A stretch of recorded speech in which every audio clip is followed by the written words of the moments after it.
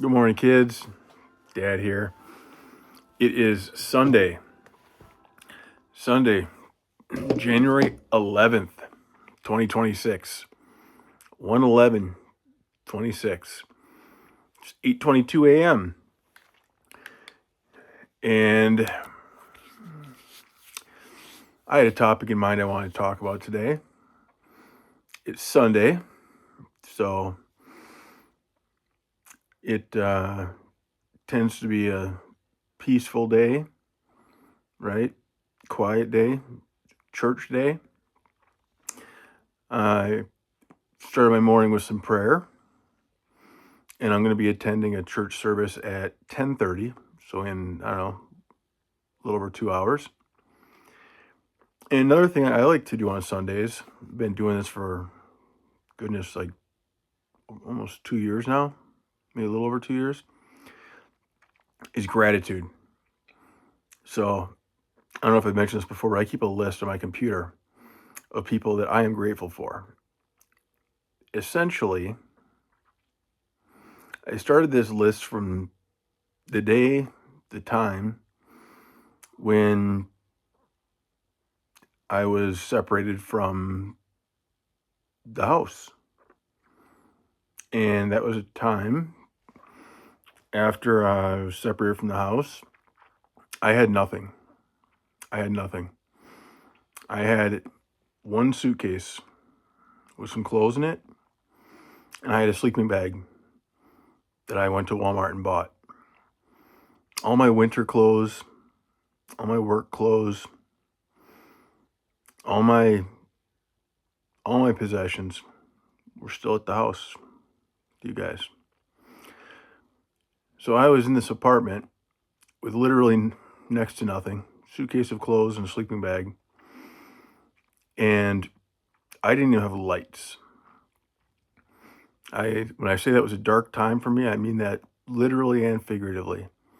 The only lights in the apartment were kitchen lights and bathroom lights, because the living room, the bedroom, you needed lamps, and the light switch turned on the power outlet for a lamp, and I didn't have lamps.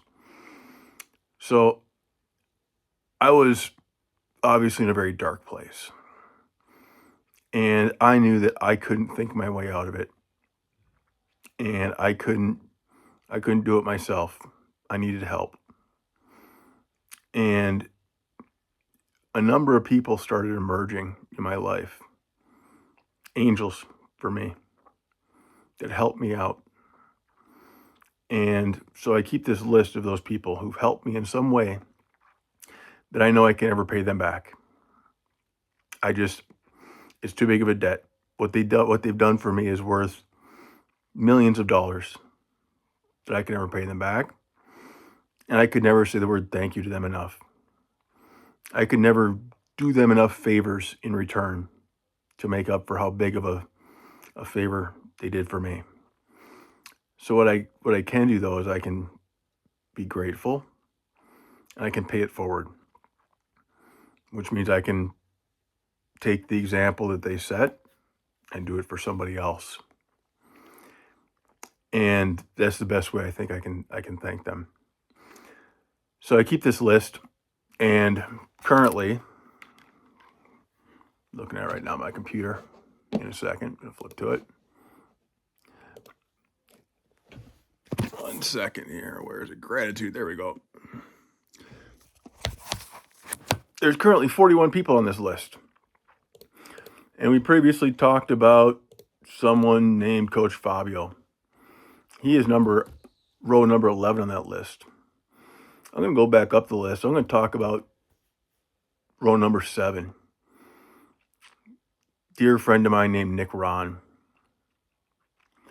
Now, I told you about that apartment, how miserable that was, because I had been there for a day or two, and somebody had forwarded me a link and said, hey, there's this project manager meeting for mental health coming up next week. You should go to this. You should check that out. It's by a veteran. Some veteran is speaking about mental health there. It's for Project Management Institute of Minnesota. So it's a professional thing, a work-related kind of thing. So I went, and I saw this, I don't know, kid in his early 30s, long hair, good speaker. He talked about his journey, about going from being in the Air Force as essentially a police officer in the Air Force, being in Afghanistan, seeing guys kill themselves, to coming home and not having a sense of purpose, feeling lost, having a lot of dark thoughts himself, to finding his purpose and some of the adventures he's had along the way. He had been rowing across the Atlantic Ocean in like 2021. He'd been on a rowboat team with 3 other guys, and they got capsized in the middle of the ocean, and a big cargo ship picked them up after a day and saved their lives. And he was kind of talking about that journey, and I was so like, wow. So afterwards, I went up to him like, hey, can I buy you a beer? I'd love to get to know you a little more. And I chatted with him briefly. One of the first things he says is, so, where you at in life right now? What's going on with you? And I didn't know how to say, like, things are bad. I can't see my kids right now. I'm just going through a divorce. I'm living in an empty apartment with nothing. I slept on the floor last night. Like, I didn't know how to say that. So I fumbled something out, and he says, well, what do you need? I didn't know how to answer that question. What do I need? Everything. So I didn't know how to answer. So I said, well, let me show you what I have. That's a shorter list. I showed him a picture of my apartment. In that picture, there's a sleeping bag on the floor and a suitcase next to it with clothes spilled out. And I gave him my number that night. I went home, slept on that floor, and next day, I got a phone call. And that's when Fabio showed. The next day, the phone call was from Nick. He was saying, what's your address? I gave it to him, and he showed up 2 hours later with his truck and a couch, a couple of lamps, and a vacuum. 2 boxes full of kitchen items, pots, pans, that kind of stuff.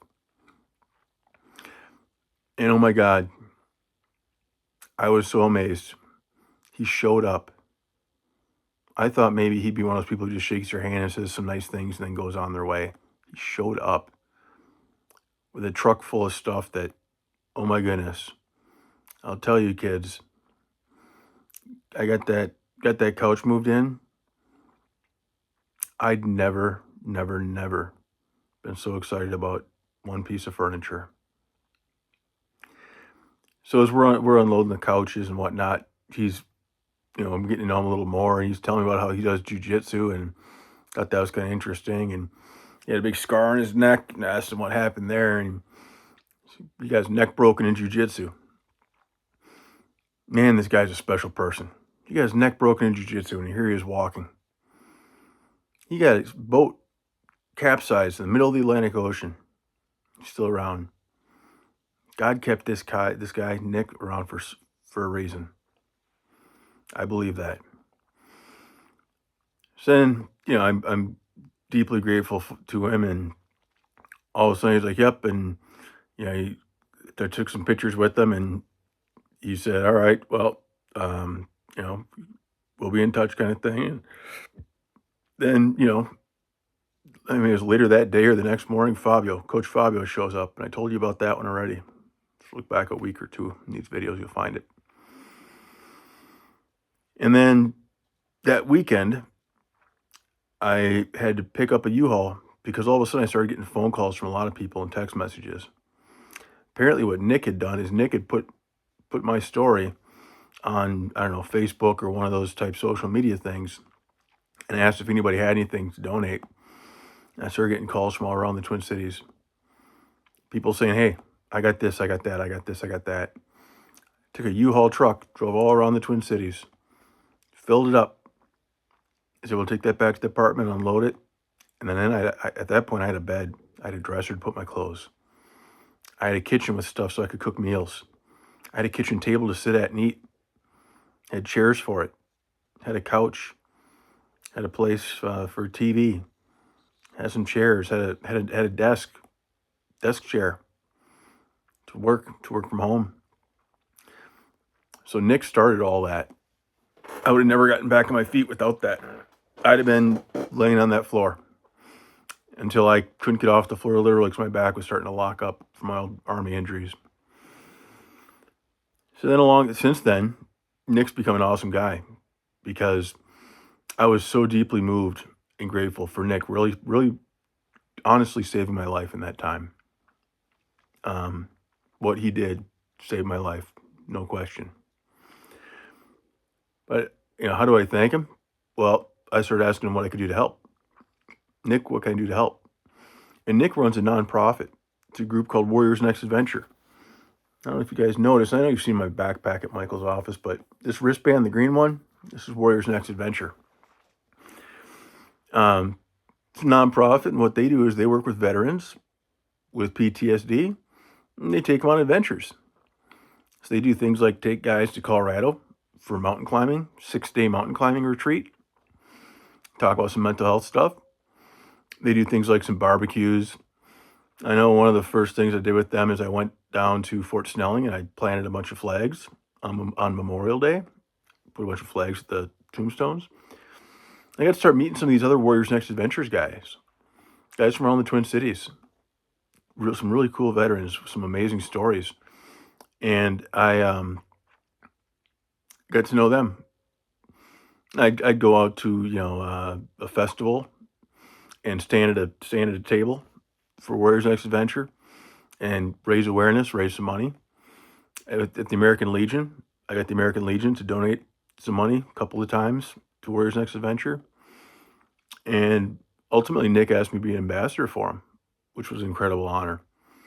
And since then, I've gotten to do a couple things. Go out to like a 5K fundraiser and got to speak and talk to people about what Warriors Next Adventure has done for me. Going to some other festivals and whatnot, manning a table and telling people about Warriors Next Adventure, what we do. Talking to other veterans, telling them what we do. Hey, come on down, hang out. We do some cool, fun stuff. You should come hang out. And this past summer in July, I organized a retreat. I got a 16-bedroom house in Victoria over by Lake Minnetonka. And 16-bedroom house, and I brought in a bunch of my favorite people. My mentor, my sponsor, a guy who does job placement stuff, helps veterans get jobs. And I had them all giving little talks, and we had about a dozen veterans out there. And it was like a 3-day thing. And they got to fish and kayak and hike and have laughs around bonfires and get some really good information from a retired CIA guy, from an Army Ranger colonel, from a guy who's a wizard with computers and knows all about how to find and get jobs. They got to hear from all that. And Nick shared his story. Nick gave a good presentation too, because he does that kind of almost professionally. And that was my gift kind of back to Warriors Next Adventure, saying what you guys have done for me, I would never be here today, person I am, living a wonderful, amazing life. So just this past July, things have been very good by then. It's just before then. And then this past fall in September, we pulled a B-25 bomber. Me and a couple other guys from Warriors Next Adventure. We were on Team Warriors Next Adventure. We pulled a B-25. That's a World War II bomber. Put a big rope on it, like a tug of war. I'd pull it down a runway. We finished 3rd out of 12 teams. It's pretty cool because we're a little bit older guys. We're going against guys in their 20s, guys in their early 30s. Strong guys, still in shape. Their bodies aren't broken down yet. So what Nick has taught me is the power of showing up. Walking the talk. Walk the talk. Words are great. Words are nice. But words are cheap and easy. Action, doing it, doing the work, putting in the time, showing up at somebody's apartment who you just met because you saw a picture that he has nothing. You wanted to bring him a couch, so I had a place to sit and sleep until I got a bed a couple of days later from somebody else he helped me find that he put me in touch with. That's the kind of thing that, in my experience, literally saves lives. Literally saves lives. So I can promise you, kids, you don't know. You don't know how precious a couch is until you're sleeping on the floor for a week and don't have a place to sit down. An empty apartment, nothing in it but carpeting, and you have a sleeping bag and a suitcase. That couch in that moment will change your life. It'll take you from feeling like I have no hope, my life is over, to have you thinking, okay, this is I have a basic thing. I have this one basic thing now. I have a place to sleep. I have a place I can sleep. And I can sleep without pain. So I can get some decent sleep. Those fundamental things in life. Getting a few pots and pans to cook food, to make food. Those things, when you don't have them, until you don't have them, you'll never appreciate how incredible those things are. So I really hope you guys get a chance to meet Nick Rahn someday. If not, you'll hear his story. It's on the internet. He's been on the news. Amazing person. I'm honored to call him a friend. He's one of those guys, if he needed me to do anything for him, I think he knows. He just needs to ask. I'd be there for him in a second. I love that man so much. He's taught me so much. He's saved my life. I hope you guys get a chance to meet him someday. And I hope that, if anything, maybe you can be that Nick Rahn for somebody else in their life when they're hurting. When they've got nothing, when they're hurting, maybe you can be there for them, show up for them.